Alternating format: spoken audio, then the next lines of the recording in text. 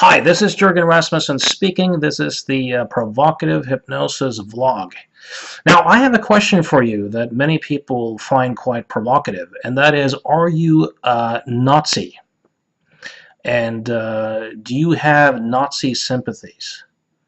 Now, on several occasions when I've done seminars in Europe, I have started the first morning with asking this particular question. And let me tell you, if morning coffee doesn't quite wake your participants up, then this Nazi accusation has a tendency to do it. Now, most people, and probably including you, will say, no, I'm not a Nazi. What are you talking about? I don't have those types of sympathies. Now, of course, the National Socialism that Hitler and his friends were engaging in was a horrible ideology, which essentially meant that unless you were of the right race, then the gas chamber was waiting. As if you were a Jew or either a homosexual or a cripple or even a dissenter, then the gas chambers were waiting. Horrible ideology. Now, let's take a look at the self-improvement projects that many of us engage in. What we have a tendency to do is that we use language. We use language to impose distinctions on the flow of experience that aren't inherent in the flow of experience. So we use language to say, this is good, that is bad. You're intelligent, you're stupid. Responsible, irresponsible, so on and so forth. And what we have a tendency to do is to not realize that many of these arbitrary or more or less arbitrary distinctions that we create are essentially two sides of the same coin.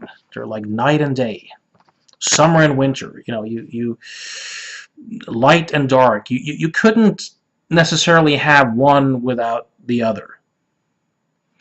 So what we do is that we use language and we take one part of the polarity, for example, strong. I'm strong. And we identify with it. And then the opposite part of the polarity, for example, vulnerability for many, then becomes a not me, a shadow element that we then either project onto other people, or we attempt to send those aspects of being human to the gas chambers. And if you have noticed, you know, the amount of very neurotic self-improvement experts and proponents and NLP trainers and so on and so forth, this is a partial explanation for how some people get so very unbalanced. Because if you use powerful techniques per se to really ramp up one part of the polarity, while the other part of the polarity becomes a non-self, then you will have a tendency to end up very easily with some pretty nasty shadow elements to your personality. Of course, clients and people do this anyways. So I'll give you a couple of quick client stories. I had one client come in who identified as a perfectionist. That was who she was. She was a perfectionist, and she was a control freak. And her life essentially was about perfection and having to do everything right, and so on and so forth. Now, it doesn't take much imagination to discover what the shadow side was, and that was, of course, making a mistake or anything being flawed in any way. So she was terrified of mistakes and terrified of not having control. See, if perfection is who you are, if you are a certain self-concept, then behaviors and ways of being and thinking that threaten that self-concept has a tendency to be anxiety-provoking because it seems to threaten your very sense of self. So what I did with this client was that I challenged her to make perfect mistakes every day. One perfect mistake every day. And I took her to a local gas station, and this was kind of like a bit of an upper class type woman who was very distinguished and not that old, but kind of distinguished. So she would never order a hot dog with bacon and mustard and stuff at a gas station anyway. So that's exactly what I had her do. And my challenge for her, which she did with a lot of trembling, was to make a perfect mistake. That is to drop the hot dog to the floor and kind of smear her own dress, but to do it in such a way that no one could see that it was choreographed, that it was done on purpose. So this was her perfect mistake. And this really kind of screwed with her circuits. You could see the intense confusion. And my other challenge for her, which was a writing task, was to find the mistakes in her ways of conceptualizing perfection, meaning in her ways of thinking of and conceptualizing perfection. What were the mistakes? What were the flaws? What were their shortcomings? Because wherever you or a client has a very strong polarity or either or that you're identified with, if you can introduce a both and, if you can help the person see the mistakes in their conception of perfection, and also help them to, for example, have fun with making some perfect mistakes, then that person gets to embrace more of the human experience. And as a result, they have a tendency to be less anxious, less neurotic, and also more authentic. This also explains a lot of the nuttiness that we have a tendency to see in the world. So in the last podcast, I talked about shadow work, how we very often have a tendency to project onto other people the internal traits or emotions or cognitions that we find unacceptable. So we end up seeing it out there. That's a classical projection. There's another type of projection that I think is even more common, and that is, you could call it a functional projection. And that is, if I want to perceive myself a certain way, if I identify with a certain identity or a certain trait or a certain self-concept, then I will have a tendency to project onto others my shadow side in such a way that it reinforces the way that I want to see myself. And when we do this, and we also do it unconsciously, we become hypocrites. We become inauthentic in many ways as human beings. We become people where the walk and the talk has a gap between them that's very, very big. Remember this. Everyone wants to be the hero in their own story. And everybody has a kind of narrative or a kind of press secretary or a lawyer on the inside that works behind the scenes to make sure that we kind of remain the heroes of our own story. And we have a tendency to project onto other people motives and intents and traits that reinforce the hero narrative in ourselves. So I'll give an example of this. I had a client who really struggled with jealousy. And he told me that there was no proof or no evidence that his girlfriend, his live-in girlfriend, had done anything wrong. There's no evidence of that whatsoever. But he had these horrible feelings of jealousy. And what this guy had been doing was that he had, and this feeling had gotten stronger over time.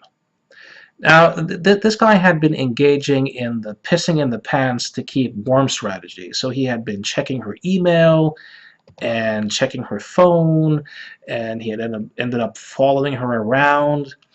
And of course, every time he checked her email and noticed that there was no email from some other guy, coming in, he felt a sense of relief. But of course, it didn't take long until he realized that, it's been 15 minutes. Someone could have sent an email, and now the anxiety was back.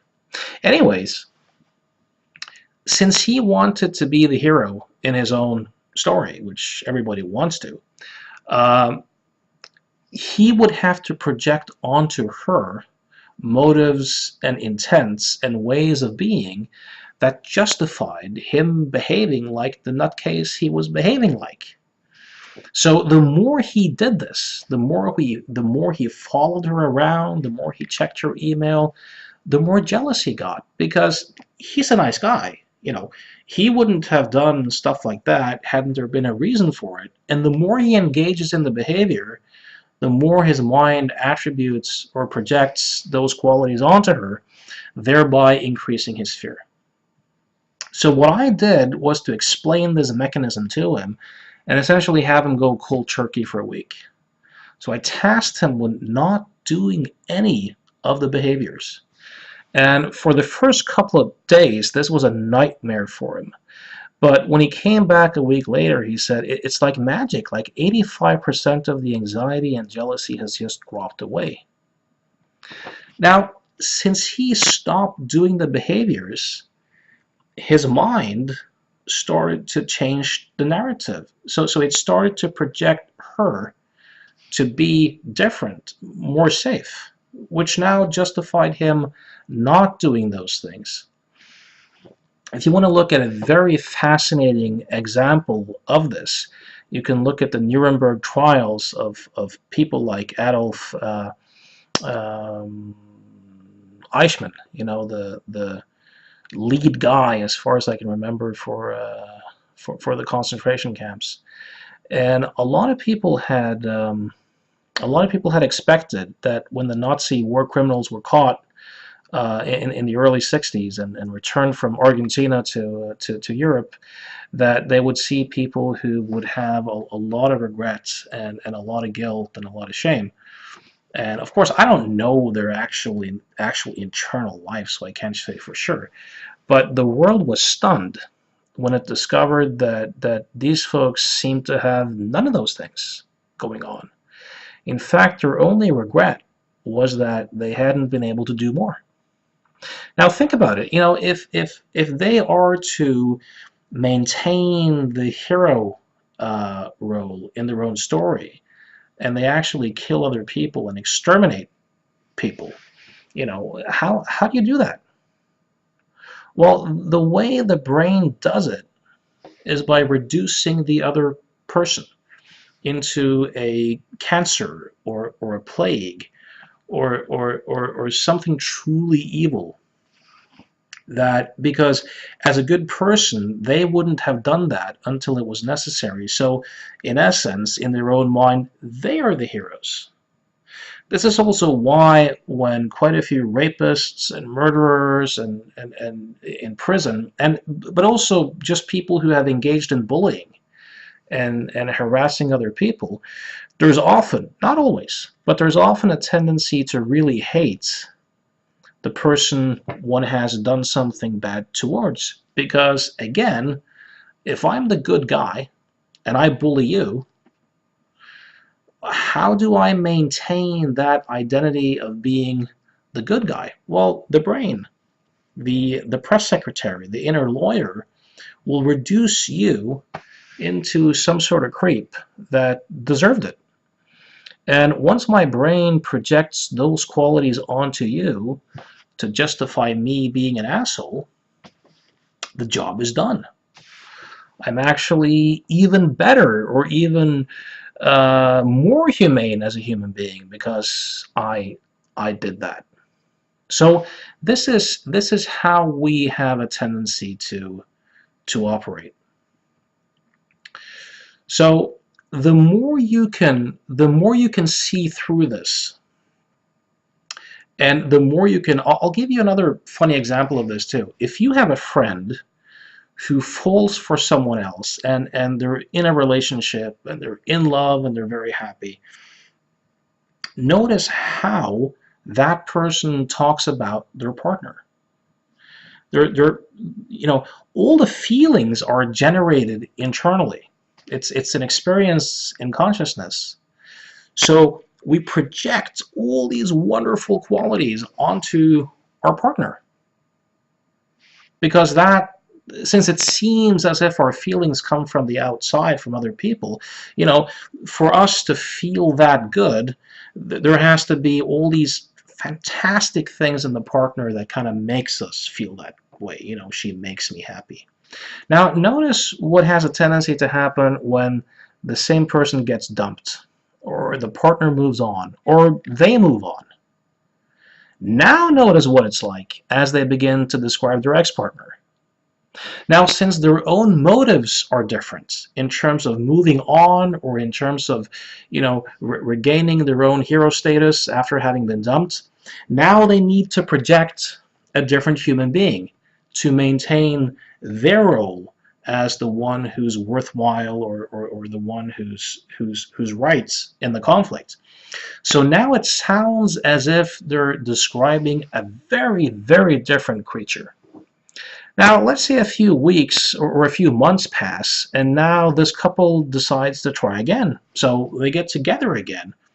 And now notice how the person, since their motives and intents are now different, how very different qualities gets projected onto that partner again to kind of justify how they now feel good and optimistic again in the relationship. So this is a very, very human thing.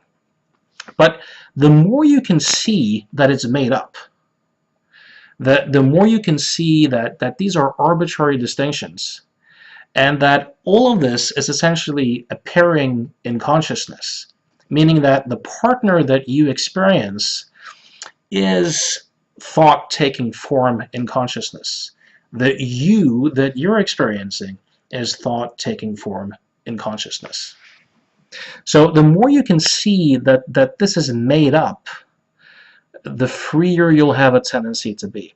And the more you can embrace and realize that you may be using someone else to maintain your own identity, the more honest and the more authentic and the less of a hypocrite in your life you'll be. So I'll give you a very common example of this.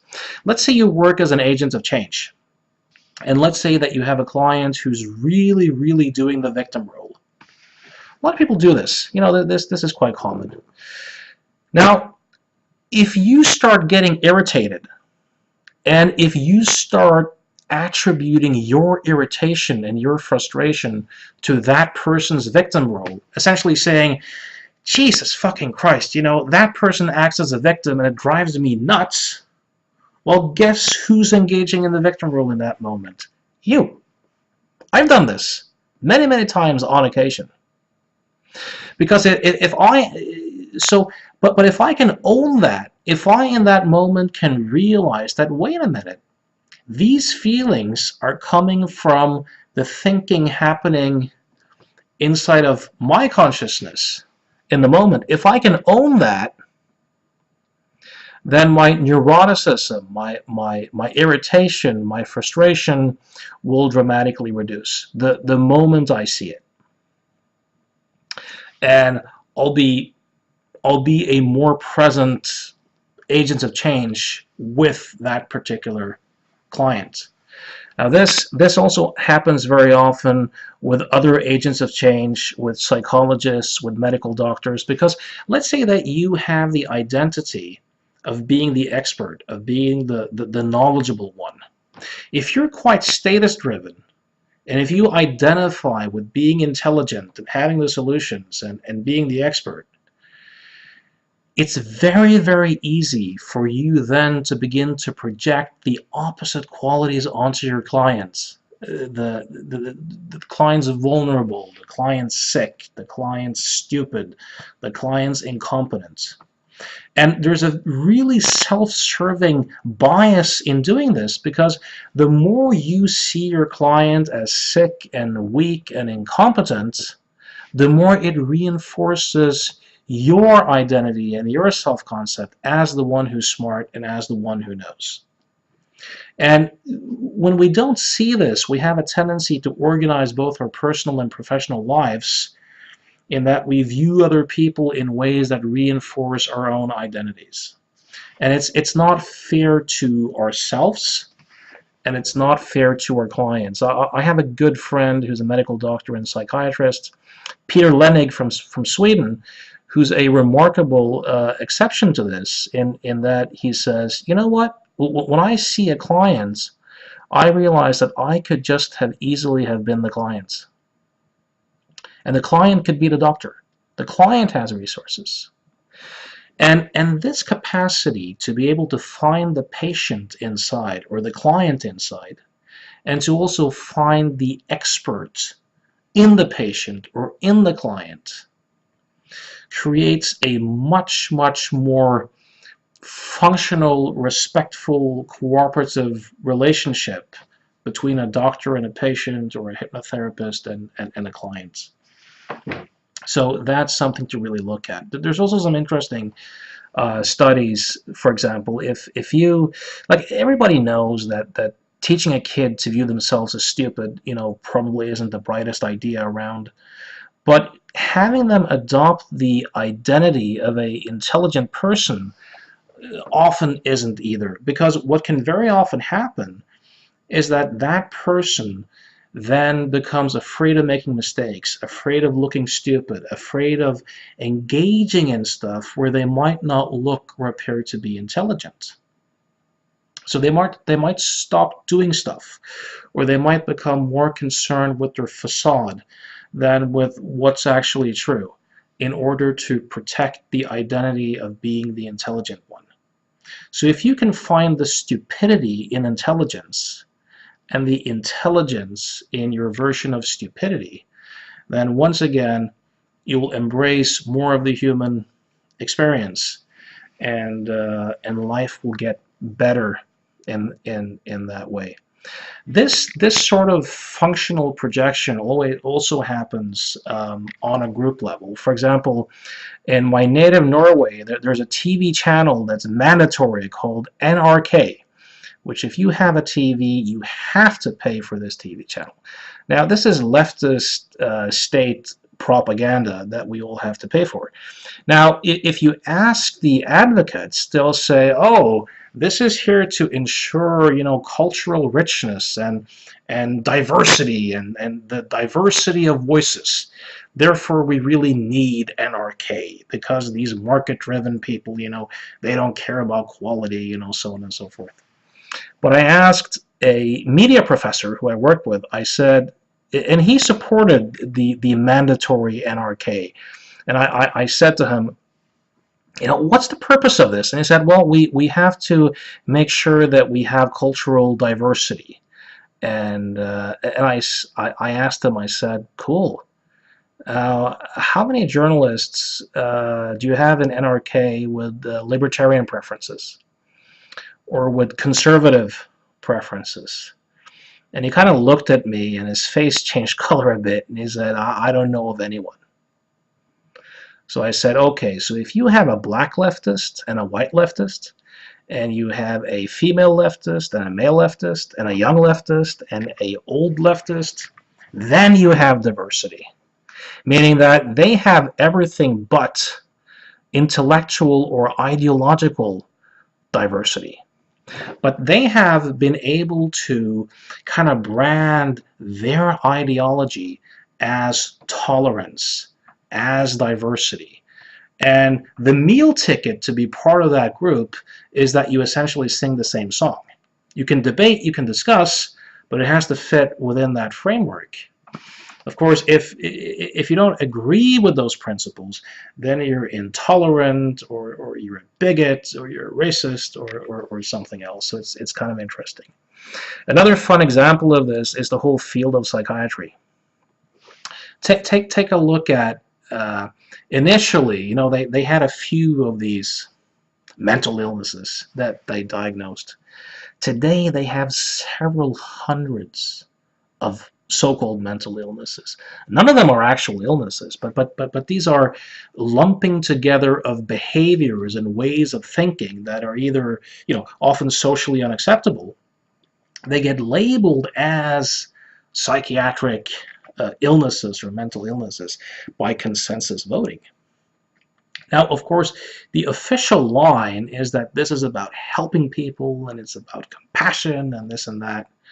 But look at it. Take a look at this. The more people, these are people who identify with being intelligent, with being experts, with being good people, saviors, compassionate people. And then the question becomes, how are they viewing other people to reinforce that identity?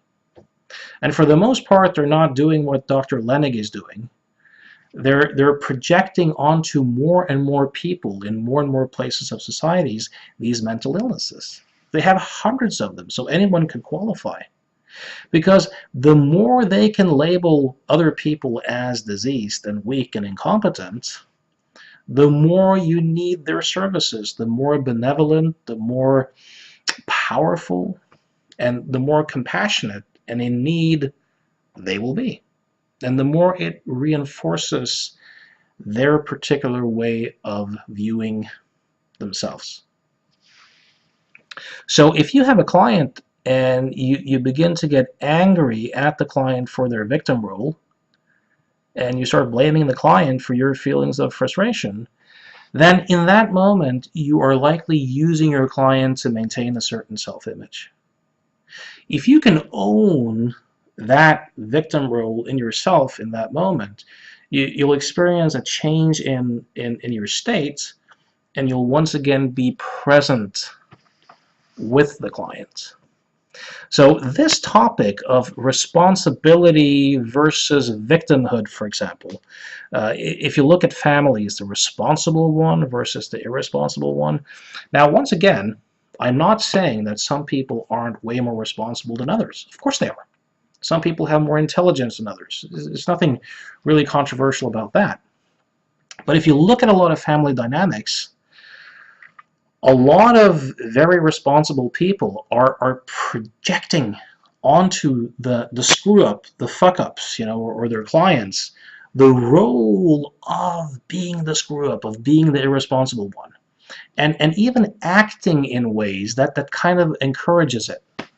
Because the more their little brother or whoever screws up, the more it reinforces that role of being the responsible one. And if you can begin to see through this, and you can begin to own it internally as an experience that you're having, it's a lot more fair, both for you and for the other person. And ultimately, it is a lot more compassionate. So the final thing I want to bring up is in the last vlog, I talked about gay people and Christians, and I said that some people who really hate homosexuals really are repressed homosexuals themselves, and that is true. Of course, some people have commented that that's not always the case. It's true, that's not always the case. People can hate for many different reasons. Now, this is another reason.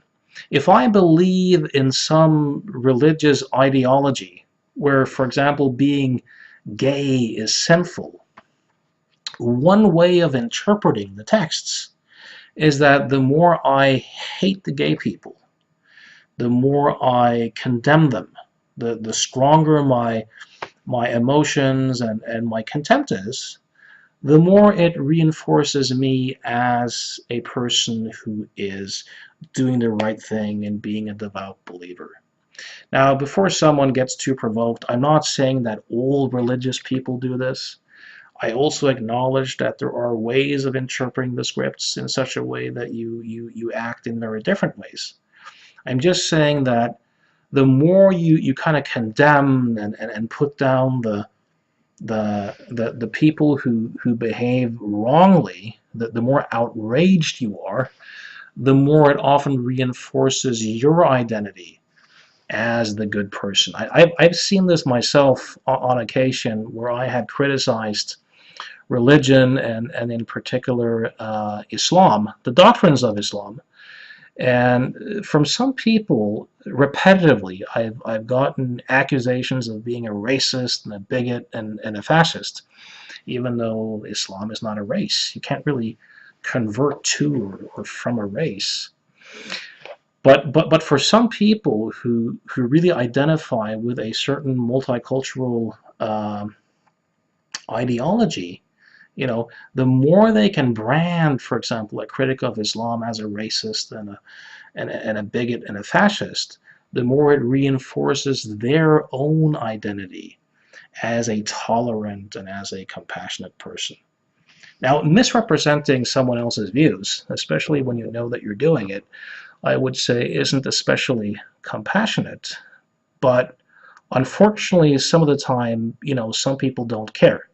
It's more about maintaining that identity of being the good person. And I would say that also in the context of change work, one of the biggest obstacles to helping clients is that too many of us too easily use our clients to reinforce the type of identities and the type of ways that we want to think about ourselves. And again, the more we can see through it, the more liberating it is for the clients and for ourselves, the more honest we have a tendency to be, and the better the results. So if you have any comments, questions, feel free to post them either on the Provocative Hypnosis blog, on the YouTube channel, or wherever on social media that you found this. Have a wonderful day.